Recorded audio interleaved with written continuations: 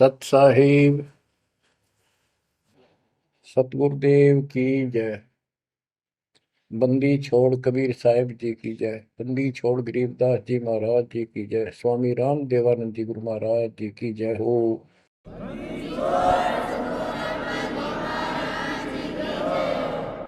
सर्व संतों की जय, सर्व भक्तों की जय, धर्मी पुरुषों की जय।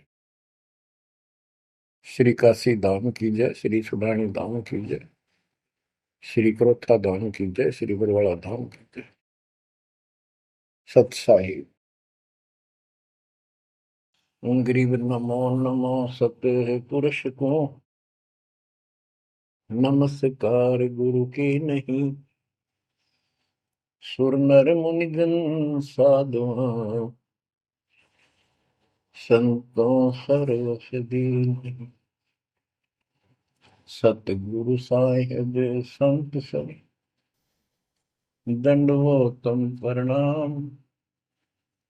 आगे पीछे मध्य हुए किनको पूर्व। कबीर सतगुरु के उपदेश का सुनिया एक विचार। जय सतगुरु मिलते नहीं जाते नरक द्वार। नरक द्वार में दूत सब करते खेचातान। उनसे कभू नहीं छूटता फिरता चारों खाने। कबीर चार खानी में भरमता कबहू न लगता पार। सो फेरा सब मिट गया मेरे सतगुरु के उपकार। जय जय सतगुरु मेरे की जय जय सतगुरु मेरे की। सदा साहिबी सुख से वसियो अमरपुरी के डेरे की। जय जय सतगुरु मेरे की जय जय सतगुरु मेरे की। सदा साहिबी सुख से वसियो सतलोक के डेरे। निर्विकार निर्भय तू ही और सकल वैमान। जी साधो और सकल वैमान। सब पर तेरी साहिबी सब पर तेरी साहिबी। तुझ पर साहिब ना निर्विकार निर्भय। परमपिता परमात्मा कबीर परमेश्वर जी की असीम श्रद्धा से बच्चों आपको अमर कथा सच्चा ज्ञान सुनने को मिल रहा है। आपकी किस्मत परमाने अलग लेखनी से लिखी है, अलग आपका अकाउंट है जिस पर काल का कोई अधिकार नहीं है। बच्चों, परमात्मा का एक एक शब्द अपने को सत्य मानना होता है। या तो भक्ति पर लगो मत भोगो कष्ट। भक्ति पर लग के भी और भक्ति मार्ग में अविश्वास होता है तो वो प्राणी सफल नहीं होता। जैसे दास को पहले शुरुआत में परमात्मा की चाह खूब थी और ये सुना करते थे द्रौपदी का चीर मिट गया, नरसिंह दास भगत की कुंडी भगवान ने ली। तो इस तरह की बातें आत्मा मानती थी भगवान कुछ भी कर सकता है, पर कोई कह देता था नहीं ऐसा नहीं हुआ करता है, तो वैसे भगवान की आस्था बनाने के लिए कह रखा है ऐसा नहीं हो सकता। तो मन ये भी मान लेता था कि ऐसा ना होगा, पर भगवान तो है। केवल इतना मानकर भक्ति कर रहे थे, दीक्षा भी ले ली थी। और फिर परमात्मा ने ऐसा अजब गजब किया, वो सारी शंका मिटा दी। लोहे की जाड़ी को 1 फुट से ज्यादा बढ़ा दिया, और दोनों को बढ़ा दिया, एक को नहीं। तो बच्चों, विश्वास बहुत जरूरी है। जैसे आपको उदाहरण दिया जाता है सत्संग के माध्यम से। एक गांव के बाहर दो साधक साधना कर रहे थे। एक 40 साल से बैठा था, आयु 60 के आसपास हो चुकी थी। दूसरा 4 वर्ष से साधना करने लगा था, वो भी घर त्याग कर बाहर आश्रम बना रखा था। तो बच्चों, वैसे तो साधना दोनों की ही शास्त्र विरुद्ध थी। पिछले संस्कार से प्रेरणा इतनी प्रबल हो जाती है कि आत्मा भगवान की तरफ तड़प जाती है, उसको खोज के लिए निकल पड़ती है, और जैसा कोई मार्गदर्शन मिलता है उसी अनुसार अपना सारा जीवन कुर्बान कर देती है। उससे उसको कुछ तप मिल जाता है, बन जाता है, और कुछ सिद्धियां आनी शुरू हो जाती हैं। उससे उसका वह बोलबाला हो जाता है। फिर उसकी मृत्यु के बाद वह एक यादगार बना दी जाती है। वो नरभाग, आप तो नरक में गया, आने वाले उस गांव की कई पीढ़ियों को भी नरक भेजने का सामान तैयार कर गया। आने वाली पीढ़ियां उसी पर मत्था टेक टेक के उस कब्र पे, उसकी मूर्ति पे, और अपनी मनोकामना पूर्ण करवाती हैं। होता किसी का कुछ नहीं, पर वह भावना बन जाए, एकाधिका वैसे सूत बैठ जाए, दाव लग जाए, स्वाभाविक। जो भक्ति ना करते उनका भी हो जाता है वो तो, उसका संसार होता। और वो नियमित उसका कर देते थे, हम भी ऐसे ही थे। अब बताना चाहता दास, फिर भी विश्वास बहुत काम करता है। भगवान उसके नंबर देता है अलग से, तो उसकी भक्ति में आस्था अगले जन्म में भी बनी रहती है इस तरह की क्रियाओं से। जो आस्तिक और नास्तिक दोनों क्रिया करता है, वो घर का रहता है ना घाट का। एक देवदूत आया करता था ऊपर से, विष्णु जी के लोक से। और वो आकर के उन दोनों भक्तों से काफी देर तक चर्चा परमात्मा की करता था, प्रश्न करते रहते थे, भगवान ठीक है, वहां की व्यवस्था कैसी है। तो वो दोनों, ये देवदूत दोनों भक्तों के पास घंटों बैठ कर जाया करता था। देवदूत से भगवान ने पूछा भी, विष्णु ने, कहा जाता है ये ऐसे ऐसे आपके भगत हैं, बहुत गजब के, कुर्बान हाथ के लिए तो उस गांव में, और मैं वहां बैठ रहता हूँ कुछ देर जाके, आपके ऊपर तो कुर्बान है। तो भगवान बोले, विष्णु जी बोले, मैं भगत तो एक है, एक तो वैसे टाइम पास करे। देवदूत बोला, जी वो होगा जो 40 साल से आपके लिए कुर्बान घर छोड़ के आया हो। तो भगवान बोले, ना, दूसरा, जो 4 साल से बैठा है वो भगत है। उसको मुझ पर विश्वास है और बड़े पर को विश्वास नहीं है। ये बात उस देवदूत का गले नहीं उतरा, ये तो हो ही नहीं सकता।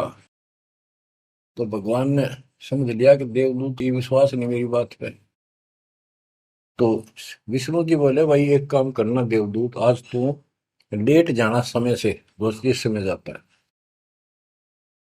और फिर वो पूछेंगे कारण लेट होने का, उनको फिर ऐसे बताना कि आज भगवान ने समय दे रखा था कि दोपहर को सुई की नोक में से, जिसमें धागा डर, सुई के नक्के में के सुराख में हाथी निकाल लेगा भगवान, और कहना कि मैं उसको देखने के लिए रुक गया।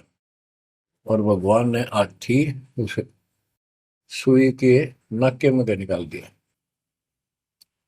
वो इसी तरह की क्या, देवदूत पहले उसके पास गया, बड़े के पास, क्योंकि उसको भरम था। तो विष्णु जी ने कहा था, फिर ये देखना वो कौन क्या प्रक्रिया करता है, तुझे स्वयं फैसला हो जाएगा भगत कौन है। देवदूत उस बड़े के पास गया, उसने भी ये जाते कारण पूछा कि क्या बात, देवता से लेट हो गए, आपकी बहुत इंतजार थी और आपके साथ बैठकर भगवान की चर्चा करते थे, अच्छा समय व्यतीत होता था। क्या बात होगी, क्या कारण हो गया, लेट हो आप आज? देवदूत ने वही बताया कि आज दोपहर को भगवान ने एक लीला करनी थी, वो देख कर आया। तो भगत बोला, क्या लीला की? कि कमाल कर दिया भाई, हद कर दी। भगवान ने एक हाथी को सुई के नक्के में निकाल दिया। इसको देख कर आया मैं, इसको देखने के लिए रुका था। भगत बोला, 40 साल वाला देवदूत, देवता, इसी झूठ बोल, किसी का जत जा, ये कभी हो सकता है? सुई के नक्के में का हाथी निकल जा, क्यों झूठ बोल रहा है? देवता होकर ऐसी बात कर रहा था। तो उस देव की होश उठ गया और उसके सारे अनुभव फेल हो गया। तो भगवान ठीक है, कहते हो तो कति डांगर है। जब इसको इतना विश्वास नहीं, भगवान कुछ नहीं कर सकता, तेरे जैसा घसियारा है, फिर भक्ति क्यों कर रहा है? देवदूत उठ कर चल पड़ा। फिर वो 4 साल वाले के पास गया। उसने सोचा, यूं तो माने धमका दे मेरे को, गुस्से होएगा, इसको तो ज्ञान ही कुछ नहीं होगा अभी तक। उस 4 साल वाले ने भी, भगत ने पूछा, देवदूत तो लेट हो गए, आपके आने की बड़ी इंतजार रहती थी, आज तो सोच लिया था शायद नहीं आएंगे, क्या काम हो गया ऐसा कोई, हमें भी बताओ। देवदूत बोला, भाई ये बताऊं, झूठ में कह नहीं सकता और सच्ची की शिकायत गला उतरती नहीं। भगत बोला, बताओ तो सही क्या बात है? क्या दोपहर को भगवान ने एक लीला करनी थी, मैं उसको देखने के लिए रुक गया। क्या लीला थी? देवदूत बोला, सुई के नक्के में क्या भगवान ने हाथी निकालना था। भगत बोला, फिर क्या हो गया? कि वो निकाल दिया, कमाल कर दिया। बोला, बस भगवान ने निकाल दे, सारी पृथ्वी ने, धरती ने सुई के नक्के में गया, आप हाथी में आश्चर्य कर रहे हो? तो देवदूत ने सीने से लगा दिया उस बालक को। वो बोला, धन्य तेरे माता पिता जिससे जन्म हुआ। भक्ति कर विश्वास नहीं, तो खाक भक्ति है वो। कह कबीर सुनो विषा दो, मैं तो हूँ विश्वास में। तो अपने परमात्मा की विज्ञा पे अविश्वास नहीं होना चाहिए। और ये धीरे धीरे आपके साथ भी परमात्मा ऐसी लीला करते रहेंगे और कर भी दी होगी। और ना भी हो तो इतने सारे प्रमाण दिए जाते हैं, विश्वास कर लेना, परमात्मा की भक्ति से दूर ना होना। बच्चों, आपको अजब गजब का ज्ञान दास बता रहा है, जो संत गरीबदास जी ने परमात्मा से प्राप्त हुआ।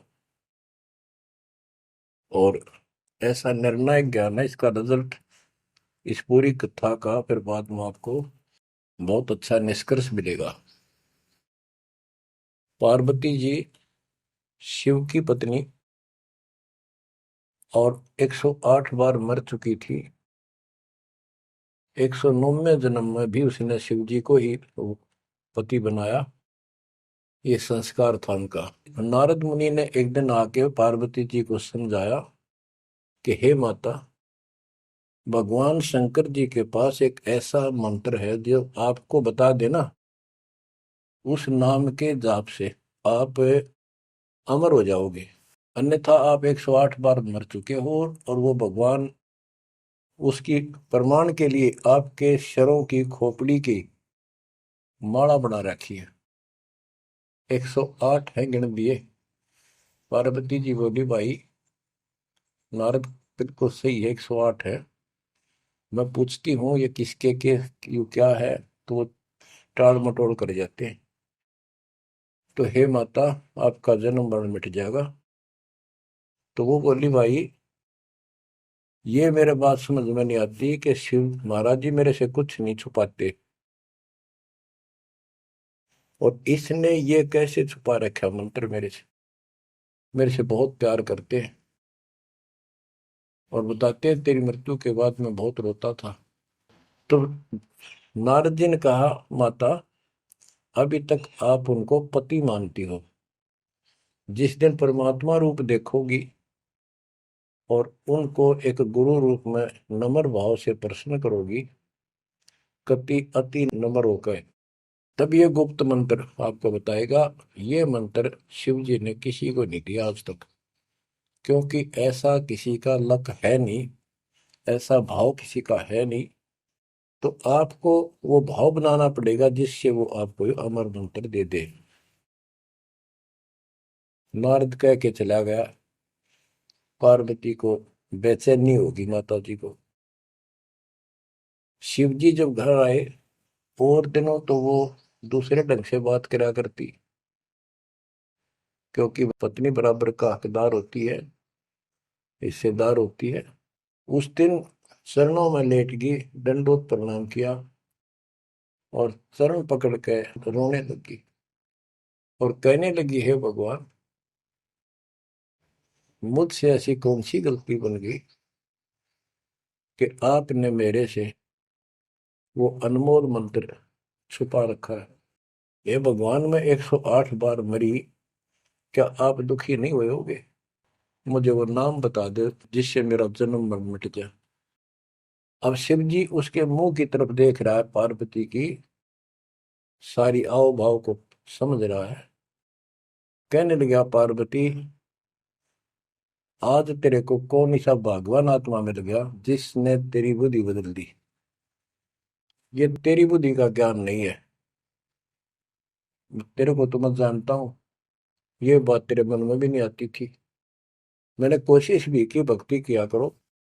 आप कह देती थी, आप भगवान हो, मुझे क्या जरूरत है, मैं भगवान के साथ हूँ, मैं उनकी अर्धांगिनी हूँ। तब पार्वती जी ने बताया कि नारद जी आए थे, उन्होंने मुझे ये सब बताया। तो भगवान शंकर बोले, पार्वती सुन ले, जितनी बार तू मरी मेरा पागल जैसा हाल हो जाया करता था। एक बार तो राजा दक्ष के यज्ञ में जलकर मरी, तेरे अस्थि पिंजर को उठाए मैं 10,000 वर्ष तक घूमता रहा था। तो आप कंधे पर रख के और पार्वती पार्वती करता हूँ। तो एक सुदर्शन चक्कर आया, उसने काट के तेरे टुकड़े कर दिए शरीर के। जब मैं ठगा सा रह गया, मेरे हाथ कुछ नहीं बचा, फिर तेरा जन्म हो गया, शादी फिर होगी। वह भूल पड़ी। ये मंत्र ऐसा अजब गजब है, ये आम व्यक्ति को नहीं बताया जा सकता। भगवान शंकर जी ने कहा कि अब तेरी आत्मा सच्चे दिल से डिमांड कर रही है, अब मैं तुझे यू नाम दूंगा। गरीबदास जी बताते हैं कि जैसे सीप एक जानवर होता है, शंखला सा जैसे एक शंख होते हैं, इस टाइप के मजबूत शरीर का, और उसको सीप बोलते हैं, सीप। वह सीप जो है, गर्मी हो जाती है जब उसको अंदर पानी की डिमांड होती है, मोती बनाने के लिए उसमें प्रेरणा होती है, जैसे पशु में गर्भ धारने की होती है। उस समय सीप समुद्र के ऊपर आ जाती है, ऊपर बादल गरज रहे होते हैं। यदि उसका मुख खुला हो और बारिश की एक बूंद भी उसके मुख में चली जा, तो उससे मोती बनना शुरू हो जाता है। उस बूंद को लेकर शिप वापस समुद्र में गोता लगा जाती है, उसमें मोती बन जाता है। और यदि सीप का वो मुंह बंद हो तो सारा सामान बरस जाए उसके ऊपर, मोती नहीं बने।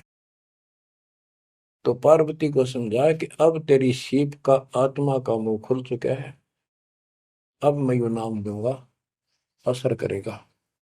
और पहले तेरी सीप आत्मा का मुंह बंद था, इसलिए ये उन्मोद मंत्र ऐसे व्यर्थ नहीं कर सकता था। फिर कहा कि चलो, सुबह सुबह एकांत स्थान पर पहुंच गए। वहां एक सूखा वृक्ष था, पत्ते भी नहीं थे, उसके नीचे बैठ गए। और बच्चों वहां पर दोनों हाथों की ताली बजाई, तो आसपास के पक्षी उड़कर भाज गए, इतना शोर हुआ। और जो अंडे थे वो बच्चे बढ़ के उड़ गए। उसी वृक्ष की खोगड़ में एक खोखले स्थान पर तोते के अंडे थे। वो जो अंडे थे, उस स्वस्थ अंडे तो बच्चे बढ़ के उड़ गए। अस्वस्थ था एक अंडा, कति खराब हो गया था, गंदा हो गया था, वो वहीं रह गया। भगवान शंकर को पता नहीं था कि इसमें कोई तोते के बच्चे भी हैं, अंडे भी हैं। उनको मालूम था कि अंडे भी होंगे तो बच्चे बनकर जा चुके होंगे। अब बच्चों, बहुत सी कहानी इस एक ही कथा से आपको समझ में आएगी। जैसे ये क्या करते हैं, भक्ति ना करके मृत्यु के प्राप्त हो जाते हैं, फिर क्या करते हो, अस्थियों को उठाते हैं, जड़ी हुई हड्डियों को, उनको उठाकर गंगा में बहा के आते हैं। उनका उद्देश्य तो ये होता है कि इसको इतने गहरे पानी में डाल दे कि जो व्यक्ति मर जाता है, स्त्री या पुरुष, जब वो प्रेत बन जाता है तो अपने घर आता है। घर में वो अपने बॉडी को खोजता है, फिर वो जाता है शमशान घाट पे। उसको एहसास होता है कि ये ताजा ताजा जो फूके गए हैं, ये तेरी हड्डी है। उन हड्डियों को अपनी मान कर उनके चिपक जाता है भूत। और फिर कभी घर और कभी उन हड्डियों के पास वहां चक्कर काटता रहता है और परिवार वालों को तंग करता है। तो क्या कर, इसीलिए उसको उन हड्डियों समेत उठाकर उसने इसी जगह डालते हैं, उसको भेदा नहीं लगता और वो भटक भटक के चला जाता है। तो बच्चों, अब हमने न तो ये क्रिया करनी क्योंकि हम भूत बनाए को नहीं, हमारी सच्ची भक्ति है और उससे कोई समाधान नहीं हो जाता। तो इसी प्रकार तो दास बताना चाहता है कि मरने के बाद भी उन हड्डियों को भी वो जीव अपना मान रहा था कि मेरी है, उनके चिपक जाता है। इसी प्रकार जो गंदा अंडा हो गया था, वो आत्मा उसका चिपकी हुई थी कि मेरा है। हालांकि वो कति खत्म हो चुका था, कुछ दिनों में उसकी वो सूख जाता, खत्म हो जाता, फिर वो उसको छोड़कर चलती। तो वो आत्मा उसके साथ चिपकी हुई थी। उधर से पार्वती जी को कथा सुनाना शुरू कर दिया, अमर कथा सुनाई। क्योंकि गरीबदास जी कहते हैं, कबीर साहब ने बताया, हम बैरागी ब्रह्मपद सन्यासी महादेव, सोहम मंत्र दिया शिव जी को, वो करे हमारी सेव। तो कबीर साहब ने इन सब को यो अमर ज्ञान सुनाया था, सतलोक वाला, सृष्टि रचना सब सुनाई। भगवान ऐसा है, भगवान ऊपर है, भगवान ऐसा है, वो सबका मालिक है। जब तो मान ली, प्रथम नाम एक ले लिया, किसी को ओम दे दिया, किसी को सोम दे दिया, किसी को श्रीयम हरियम दे दिया, किसी को किलियम। इस तरह इनको अपना बनाया परमात्मा ने। और फिर सोचा था कि दोबारा मैं आऊंगा, अगर इनकी बुद्धि काम करेगी, इनकी आस्था ठीक रही, तो फिर नए सिरे तो मंत्र पहला दूंगा। जब दूसरी बार परमात्मा गए तो इन सब की बुद्धि काल ने फेर दी।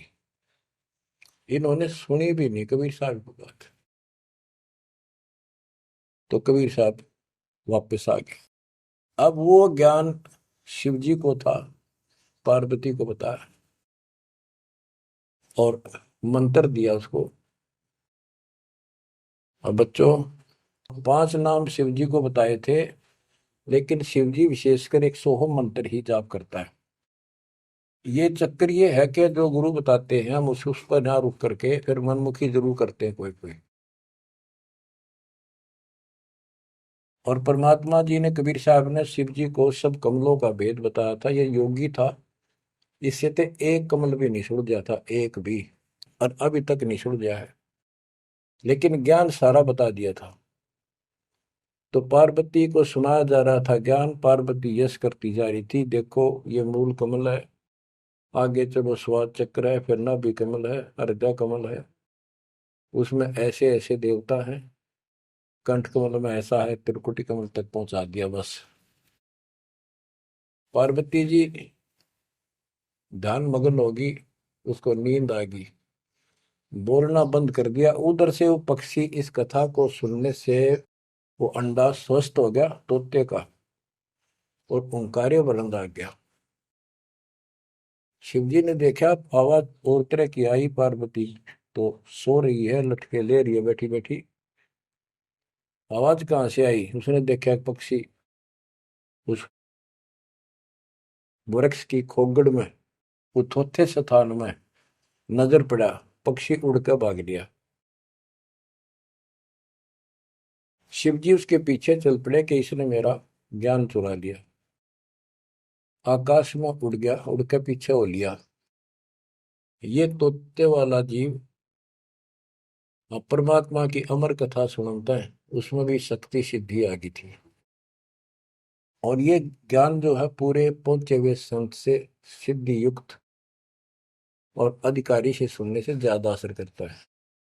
भगवान शिव तीन लोक के प्रधान है, इनमें आध्यात्मिक शक्ति है। वो साथ मिलकर उसकी आध्यात्मिक शक्ति के साथ वो वाणी परमात्मा अमर कथा उसके भी बॉडी में गई, उसमें सिद्धि आ गई।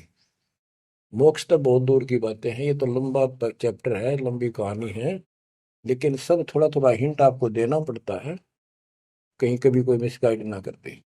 सिद्धियों कहते ये अष्ट सिद्धि नौ निधि के भरे पड़े हैं शिव जी, और इनके वचन से भी सिद्धि आ जाती है, किसी को ये कह दे तो। लेकिन सिद्धियां ने के चाटा, ये मोक्ष तो ना हुआ है। भाव कहने का ये है कि वो तोते वाला प्राणी वेद व्यास के आश्रम में पहुंच गया, उड़ता उड़ता पीछे पीछे शिव जी। वहां शरीर छोड़ गए, और व्यास की पत्नी ने जमाई ली थी, उसके द्वारा सांस के द्वारा वो सूक्ष्म जीव अंदर चला गया। और जब गर्भ धारण का समय आया तो उनके गर्भ में स्थान लिया, उस बच्चे के शरीर में प्रवेश हो गया, 12 वर्ष तक वहीं रहा। आगे कथा इसमें आगे आएगी, वो बताऊंगा। अब ये वाणी सुनाऊंगा जो आसानी से आपको समझ में आएगी। मोक्ष मुक्ति का लख्यान बेवा, ब्रह्म में पुत्र व्यास सुखदेवा। सतगुर मेरा महादेव पंका, 84 की मिटी न शंका। के महादेव जैसे भी उनको मिले, फिर भी 84 लाख योनियों का चक्कर उसका मिटा नहीं। 78 जन्म गौरी भरमाई, शिव को रुणमाला गले लाई। अर्ध शरीरी देवी गौरा, जिनका थीर बयानी मोरा। 108 जन्म पार्वती जन्मती मरती रही, और शिव जी ने उसके सिर की माला, सिर के रुंड खोपड़ियां माला बनाकर गले में डाल रखी थी। अर्ध शरीरी देवी गौरा, जिनका थीर भया नहीं भौरा। अर्धंगनी थी शिव की पार्वती, और उसका भी मोक्ष नहीं हुआ। नारद मुनि उपदेश बखाना, गिरजा सुनो मोक्ष पद ज्ञाना। सुन हे देवी गौरा माई, 68 तीर्थ पर भी नाई। पिंड प्रदान किए कह बारा, खुला नहीं मुक्ति का द्वारा। जब पिंड प्रदान कहते हैं ना, पिंड प्रदान करने से भूत जुनी जा छूटे थे, पिंड प्रदान करंत गरीबदास जिंदा कह नहीं मिला भगवंत। जैसे पार्वती भूत पड़ गई, पिंड प्रदान कर दिए, भूत जुनी छूट गई, और फिर पता नहीं किस दुनिया में चला जाता प्राणी। इसके संस्कार अच्छे थे, ये फिर मनुष्य जीवन, लड़की का जन्म हुआ, शिव जी के ब्याही गई। ये पिछले जन्म जन्मांतर की शक्ति भक्ति के कारण मनुष्य जीवन ज्यादा भी हो सकते हैं। लेकिन मोक्ष न होने से फिर 84 लाख योनियों में जाना था। इस पार्वती ने भी आगे भी जाएगी। शिव जी भी मरेगा, पार्वती भी मरेगी, और फिर ये 84 लाख योनियों में जाएंगे। कहते हैं चंद सूरज की आयु लग, जो जीव का रह शरीर। सतगुर से बैठा नहीं तो अंत कीर का कीर। अगर चांद सूरज की आयु तक भी जीव का शरीर रहे और पूरा सतगुरु मिला नहीं, तो अंत में कीड़े मकोड़े बनेगा। अब नारद जी बता रहे पार्वती जी को, सुन हे देवी गौरा माई, 68 तीर्थ पर भी नाई। पिंड प्रदान किए कह बारा, खुला नहीं मुक्ति का द्वार। सारे कर्म कांड कर लिए तेरे मृत्यु के बाद, तेरा फिर भी मोक्ष नहीं हुआ, फिर जन्म हुआ। रुंडमाला शिव के गले माही, सो देवी तुम जानो माही। ग्रीव रुंडमाला शिव के गले, गेजा के सब शीश। भक्ति दुराई देव को ना परसा जगदीश। तुमरा देवी रूप विशाला, शिव तो पैर रहे रुंगमाला, भौतक पर लहो हो जाई, लंबी उम्र शिव कलिमाई। दीर्घायु शिव है अनुरागी, तुम देवी गौरी दिल त्यागी। मूल मंत्र ने नाम सुनाया, ताते कल्प हुए तेरी काया। महादेव देवनपति देवा, जाकी करी न गौरी सेवा। कर बंधन कर शीश नवाओ, तन मन अर्पो शीश चढ़ाओ। शिव है मोक्ष मुक्ति के दाता, तो से भेद कहूं गौरी माता। चरण गहो चिंतामणि केरा, ताते प्राण अभय हो तेरा। कमल रूप देवी दिल की न, नारद मुनि उपदेशी चीन्या। जब आए शिव मंदिर अवधूता, देवी चरण लिए शत्रुपा। अब कहते नारद के कहने से पार्वती जी ने, गौरी देवी ने कतिक पाक साफ दिल कर लिया, कमल की तरह। कमल के ऊपर कोई मैल नहीं होता, ना कोई धूल टिकती है, ना जल टिकता है, ना कोई कीचड़ टिकता है। तो ऐसा साफ दिल किया। और जब शिवजी घर पर आए, उनके चरणों में चरण लिए शत्रुपा, सच्चे भाव से चरण लिए। चरण पकड़ रोवत है बाला, मोरे शीश किए रूपमाला। मोसे भक्ति दुराई देवा, न जाने नी तुम्हारी सेवा। मोसे भक्ति दुराई स्वामी, हमसे भेद कहो निज दामी। मैं अबला हूं बाला बोली, पार निभाओ हमारी डोली। कति चरण पकड़ के कहने लगी, मैं तो बोली बोली सी लड़की हूं, और मेरा बेड़ा पार करो। बच्चों, ये सारी कहानी आपको मौखिक सुना दी। इन वाणियों में सारा इसी का निष्कर्ष है। अब क्या बताते हैं, गृह मूल मंत्र महबूब का, एक सुनाओ मोही।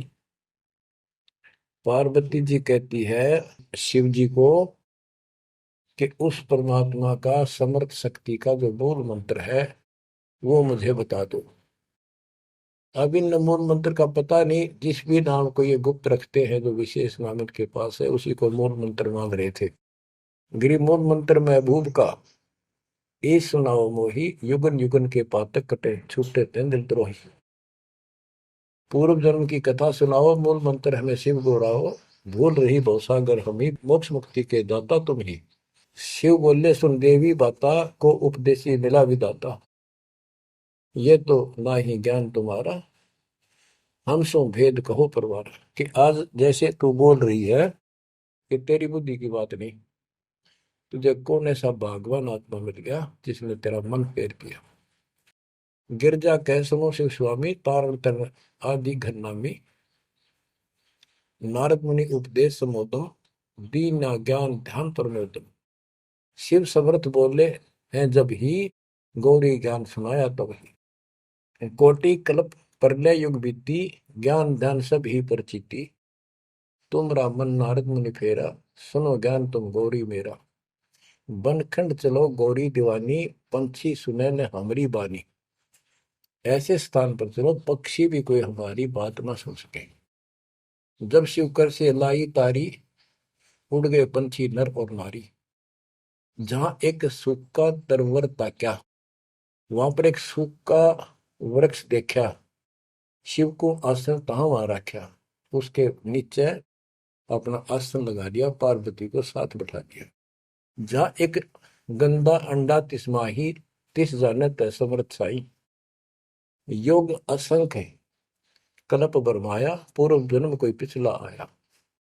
अब तुम सुनो गौरी मेरा ज्ञाना, आसन मुख कर कोटिसाना। आसन पदम लगाओ गौरा, मेर दंड सुधा कर भोगा। गरीब आसन पदम लगाए कर, भंवर चुड़ाओ सुन। अनहद नादू बाजही, जहां लगाओ तुम।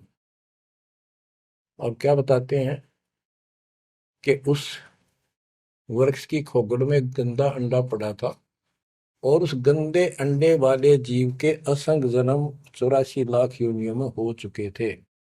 यहां से उसके भाग जागे,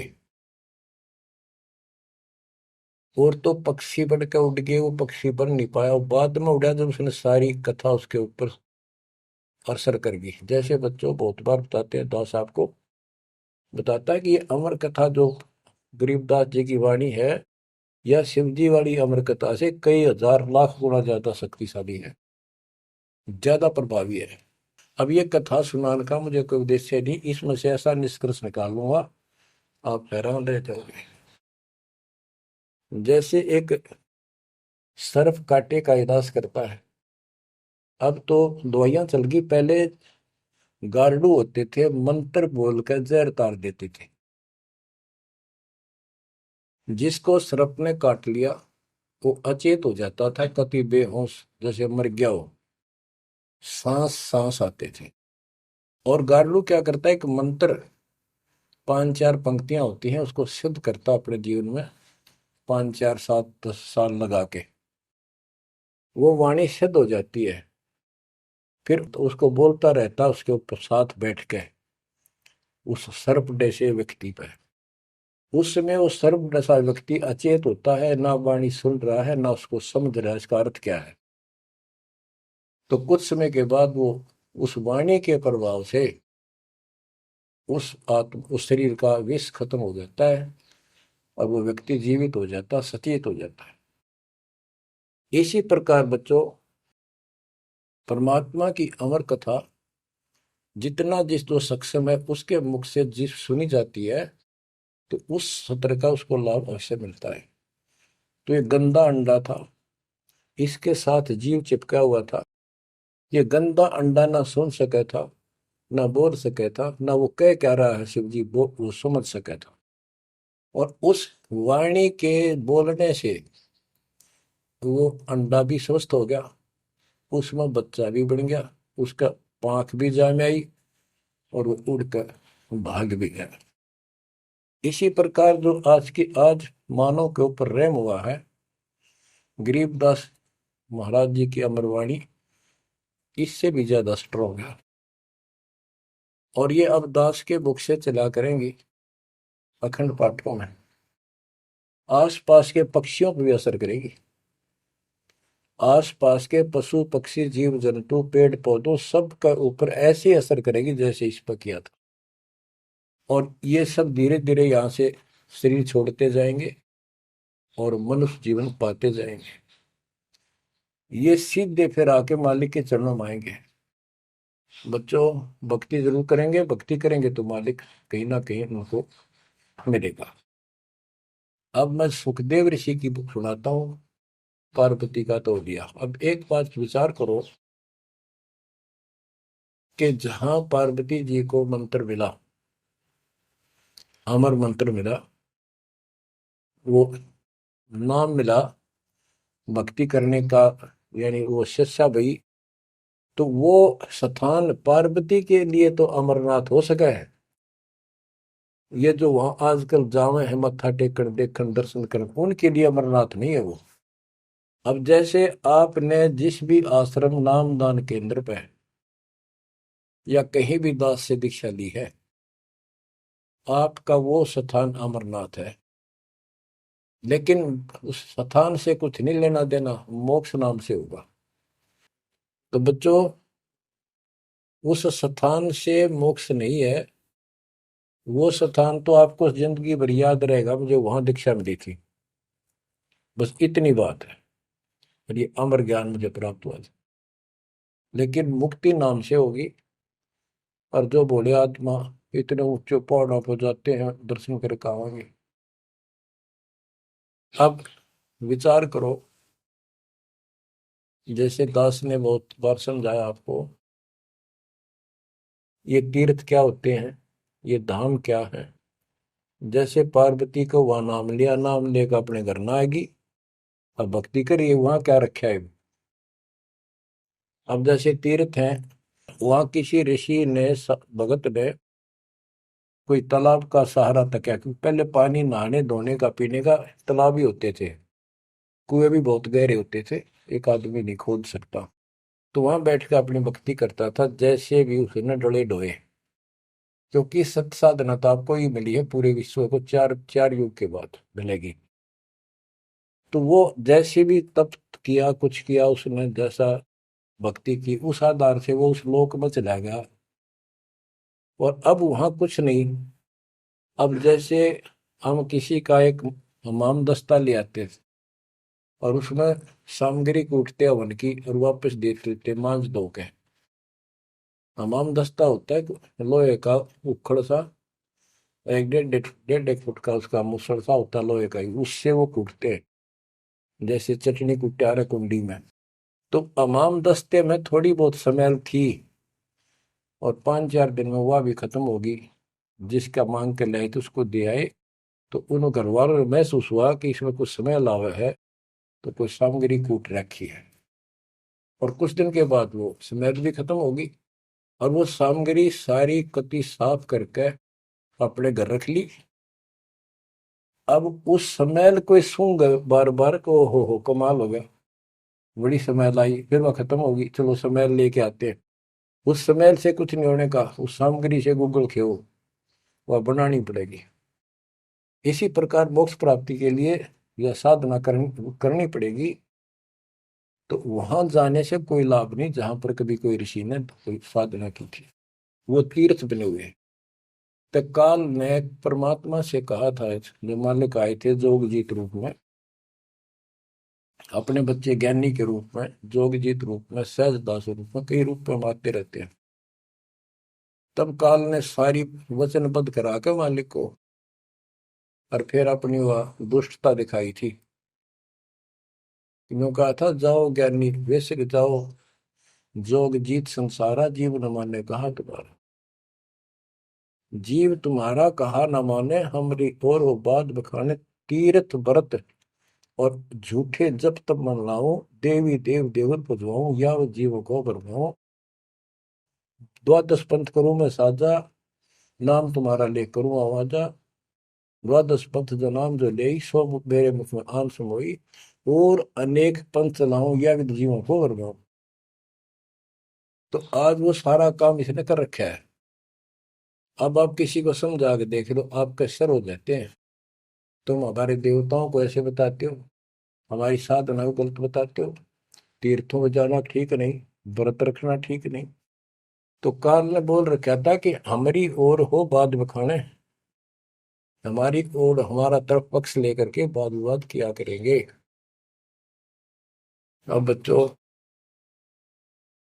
जो दास बता रहा है कि जो अमर पाठ और अखंड पाठ या वैसे वाणी सत्संग जहां भी चल रहे हैं, चला करेंगे, चलते हैं, चल रहे चलेंगे, वहां आस पास के पक्षियों को भी इसका राहत मिलेगी।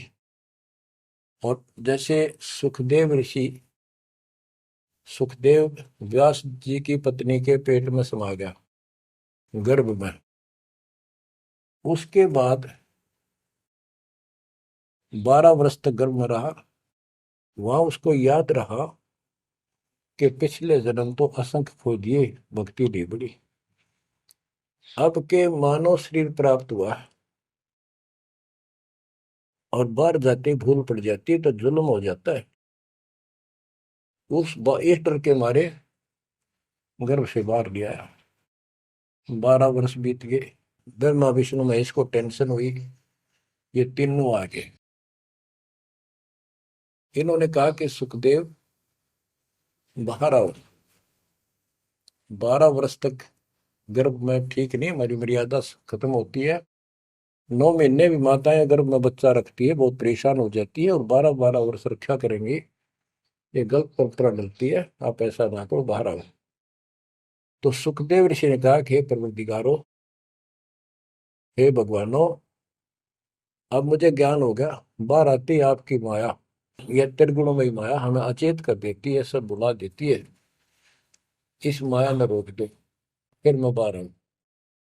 इन्होंने कहा भाई ज्यादा हम भी नहीं रोक सकते, ये हमारे से भी बहुत ज्यादा प्रबल है, हमारे बस की बात नहीं है, बस कुछ सेकंड के लिए रोक सकते हैं। तब उसने कहा जी कुछ सेकंड के लिए रोक दो। तो कुछ क्षण के लिए रोकी, इतना में सुखदेव बाहर आया। तो उसको भक्ति की प्रेरणा बनी रही, भगवान की याद रही। उसी समय 9 नाथ 84 सिद्ध, यानी 93 बच्चे और लड़के पैदा हुए, ऐसा इत्तेफाक था, संस्कार था उनका। उनको भी ये बातें याद रही, उनमें से 9 तो नाथ बन गए। और 84 सिद्ध कहलाए। उन्होंने भक्ति की प्रेरणा बढ़ गई, बचपन से ही मालिक की याद बनी रही। लेकिन सच्चा सतगुरु ना मिलने से ये भी डले डोए। अब बच्चों ज्ञान पूरा आ चुका है और वो ठीक का समय आ गया है। गुरु पूरा, ज्ञान पूरा, भगवान पूरा। तो अब जो ये वाणी चले हैं और दास के मुख से चला करेगी, ये सत्युत मस्तार देंगी। काल के पता नहीं कितने जुगाड़ को तोड़ेंगी, कितने जीवों का उद्धार बनेगा। मनुष्य का तो कहना ही क्या, डांगर डोर पशु पक्षी कीड़े मकोड़ों को भी सहारा मिलेगा इसका। ये इन एक पुराणों से कथा है और ये आपके सामने सच्चाई किस तरह है। अब तो सुखदेव ऋषि जब बाहर आया, उड़ के चल पड़ा वहां से। पिता ने कहा बेटा, व्यास जी ने कहा पुत्र, एक बार शकल तो दिखा दे। 12 वर्ष इंतजार की, पुत्र होगा।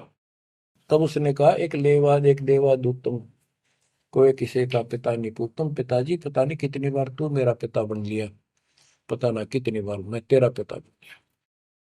अब मुझे समझ में आ गई है, मैं आपकी तरफ देखूं नहीं, मेरा मोह बन जाएगा।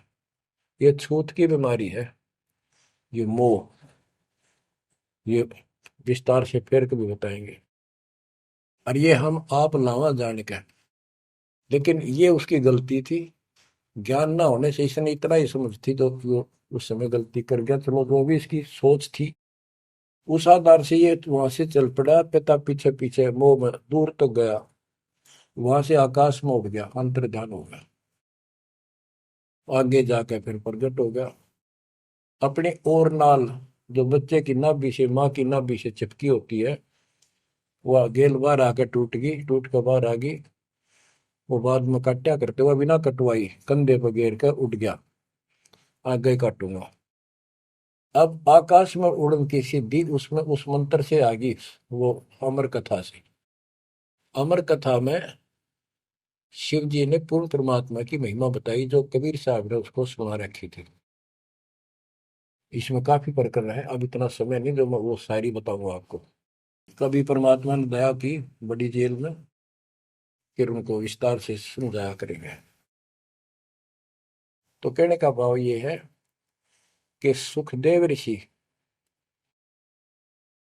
को अभिमान हो गया कि मैं बहुत बड़ा सिद्ध पुरुष हूं, आकाश में उड़ जाता हूं। तो बच्चों स्वर्ग में जाने लग गया, और स्वर्ग के देवता ऋषि महर्षि सब उसको, उसकी जो है ना पूरी वो करें, सम्मान करें, उसकी आरती तारे कि बड़ा धन भाग है तेरे, बड़ी सिद्धि प्राप्त कर ली। इन इतना पता सिद्धि आएगा, और जन्म से ही छोटी उम्र में आपको इतना कुछ प्राप्त हो गया, आप तो बड़े पहुंचे हुए हो। तो सब उसकी खूब अच्छी तरह प्यार रखे, महिमा गाओ। एक दिन उसको, उसने स्वर्ग में जाने की इच्छा व्यक्त की विष्णु जी के लोक में। वहां उसको इसलिए नहीं जाने दिया कि उसका गुरु नहीं था। विष्णु जी तक बात गई। विष्णु जी ने पूछा कि हे ऋषि जी, आपने गुरु नहीं बना रखा? अगर नहीं, गुरु की क्या आवश्यकता है महाराज, ये गुरु बना रहे वो नहीं आ पाए और मैं बिना गुरु के आ गया। विष्णु भगवान बोले ठीक है, वो अलग बात है, यहाँ वही रह सकता जो पहले गुरु बनाओ। फिर एक बीमारी और अहंकार के, मेरे बराबर पृथ्वी पर कोई गुरु नहीं, मैं बाल ब्रह्मचारी, वहां कोई ऐसा संत नहीं, मैं बनाऊं गुरु किसको? विष्णु जी ने कहा कि राजा जनक मेरे परम भक्त है, आप उनसे दीक्षा लो। यूं कह के विष्णु जी चले गए, उसको बाहर निकाल दिया पार्षदों ने। वो स्वर्ग में आए, वहां सारी कथा बताई। फिर अन्य स्वर्ग, कोमर स्वर्ग, फिर ऋषियों के पास आए नीचे, उन्होंने उनको बताया। तो सब ने कहा कि सुखदेव बहुत बड़ी गलती कर रखी है, गुरु नहीं बनाएगा, गुरु नहीं बनाएगा तो गधा बनेगा। तो पिछले जन्मों में उसको एकदम वो रील सी चल गई कि मैं कभी गधा बना था एक बार, पर अंधा हो गया, स्वामी ने छोड़ दिया, कुमार ने, और मैं भटकता भटकता इन नाले में फंस गया। मेरा पुली बना ली लोगों ने, आन जान लागे, मैंने कहा नहीं, भटक के भूखा मर के, भूखा होकर तो मरा, प्राण निकले। उस भय से उसको चिंता बनी, फिर अपने पिता के पास वापस आता है।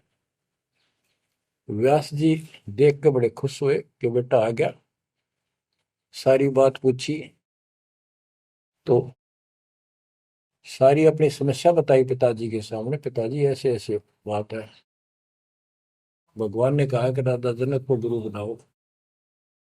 तो व्यास जी, क्योंकि जितने भी महापुरुष है वो एक सुर में बोलते हैं, उनको इतना ज्ञान तो है, गुरु बिन बात नहीं बनती। उसने विशेष ज्ञान तो सुना नहीं था, वो बैटरी चार्ज होगी, उसने उड़ा उड़ा फिर था, उससे ज्ञान था ही नहीं इसको। तो व्यास जी बोले, रे बेटा, मैं तो खुश था, चलो बेटा ना मेरे पास आया, पर यूं चर्चा तो चल रही है व्यास का बेटा इतना पहुंचा हुआ है, अब तने गुरु नहीं बना रखे, मैं तो तुम्हें कमाल कर दिया। तो दो कोडी का जीव नहीं, कल नहीं ये तेरा प्राण छूट जाएंगे या बैटरी खत्म हो जाएगी और नरक में जाएगा बेटा, गुरु बिन बात पड़ती है। तो आखिर में हार कहने बोला, हे गुरुदेव, हे पिताजी, मैं कैसे गुरु बनाऊं राजा जनक को। राजा जनक गृहस्थी भाई, ओए होए, और कैसे शीश निभाऊं जाए, जनक विदेही राजा भाई, कैसे शीश निभाऊं जाई। ओहो। सुखदेव बोले, ज्ञान विवेक का हमने स्त्री का मुख नहीं देखे। तो उसके पिताजी बोले, जो भगवान ने कह दिया, अरे तू अब भी अगरम बगरम कर रहा है, ये करने का जीव नहीं, तेने ज्ञान भी क्या आएगा, कहाँ जाएगा फिर तू, वहां तेरे को पढ़ने नहीं देंगे स्वर्ग के अंदर। जो मरता क्या नहीं करता, राजा जनक के द्वारे गया, वहां चरणों में मत्था टेका और अपने कल्याण का मार्ग पूछा। बच्चों, क्योंकि यहाँ समय बहुत कम मिलता है, इससे बहुत सी जानकारी होगी आपको, अजब गजब ज्ञान होगा। क्योंकि अभी तक दास ने आपको केवल प्रमाण दिखाए, सारे ग्रंथ सुन जाए और एक नंबर का ज्ञान आपके हृदय में जमा दिया कि जो दास कह रहा है वो सारी सच्ची है। अब दास कोड वर्डों में, संकेतों में भी ज्ञान समझाएगा, तो भी आपकी आत्मा गिल्ला कैच करेगी साथ के साथ।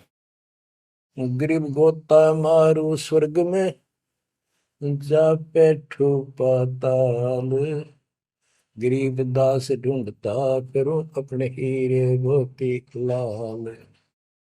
आप वो हीरे मोती लाल हो बच्चों, आप सामान्य आत्मा नहीं हो। जब परमात्मा आपको कैसे रंग रहा है, रंग में कैसे दूध अमृत पिला रहा है आपको घर बैठे, आपको नहीं पता इसका क्या प्रतिफल होगा। बच्चे को माता पिता दूध पिलाते हैं, बढ़िया भोजन खिलाते हैं, उनको पता है कि इसको कितना इसका लाभ मिलेगा। बच्चे को ज्ञान नहीं होता, वो धक्के तो पिलावे, खेलने लग रहा हो, माँ लाओगी बुला के, आजा भाई आजा बेटी, दूध पियावेगी। बस दूध पीता पीता भी इन्होंने सोचा है, बच्चा अब छोड़ दे, जल्दी ही टांग ठोकूं, बाहर खेल का हो। अब वह दूध पिया के फिर छोड़ देती, जा भाई खेल है तू। तो बच्चों, ये अमृत दूध है आपकी आत्मा के लिए। अपना काम करो, संसारी काम करो, फिर तो दिन का जो होमवर्क क्लास वर्क है वो भी करो। तो ज्ञान का जो असर है ये व्यर्थ नहीं जाएगा, आपकी आत्मा को इतनी ताकत दे देगा जिसमें भक्ति बिल्कुल सुदृढ़ हो जाएगी, सुरक्षित रहने लग जाएगी। क्योंकि मन में दोष नहीं रहेगा, कोई गलती करे बनेगी नहीं, तो सब कुछ सुरक्षित रहेगा। आपके मोक्ष के लिए परमात्मा ने कसर नहीं छोड़ रखी, जो भी संभव व्यवस्था है वो सारी कर दी है। बच्चों, तुम भी दया करियो, रहम करियो उस परम पिता पे। और इस दास की उम्र देखो, और दास कहाँ है 9 साल से, ये देखो, और यहाँ से आपके लिए क्या कर दिया उस दाता ने। उस मालिक को देखो ध्यान से। आप बालक नहीं हो, आपकी आत्मा में समझ आ जानी चाहिए कि ये क्या हो रहा है। कुर्बान हो जाओ, संसार की भूल जाओ बातों को। जो ज्ञान हम देते हैं उसके ऊपर समर्पित हो जाओ। तन मन धन सब अर्पिए, भक्ति मुक्ति के काज, जिनके उर में बंदगी के इंद्र का राज। बच्चों, इंद्रिय कर्म न लग लगार, जो भजन करे निर्बुंदरे, गरीब दास जग कीर्ति होगी, जब लग सूरज चंद्रे, जब लग सूरज चंद्रे। बच्चों, आने वाली पीढ़ियां आपको भी याद करा करेंगी, जब तक चांद सूरज रहेंगे आपका नाम रहेगा कि हमारे कौन माता पिता, कौन दादा परदादा दादी इसे अमृत ज्ञान को हमारे कुल में लाए थे। आने वाली पीढ़ियों के उद्धार के लिए तुम जिम्मेवार हो। कुर्बान हो जाओ।